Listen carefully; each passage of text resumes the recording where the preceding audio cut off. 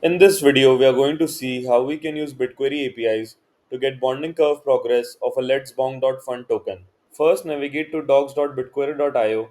In that, go to V2 Docs. Under V2 Docs, go to L1 Chains and then navigate to Solana. Under Solana, you can see Let's Bong.fun API page. In the Let's Bong.fun API page, you can see in the sidebar bonding curve progress API for Let's Bong.fun token. So this is the whole explanation of the formula that is used to calculate the bonding curve progress. We will be using the simplified formula here, in which you just need to put in the balance value. And the balance value we will be getting using this query.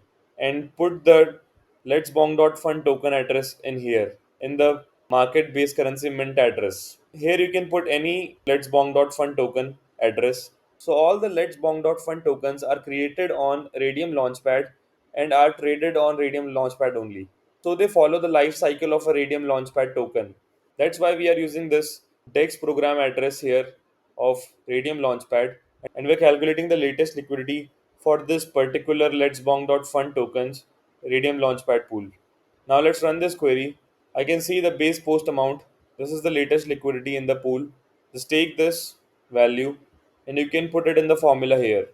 So balance value we have gotten, we'll subtract it by this value and then multiply it by 100, and then we need to divide it by this value 793 million.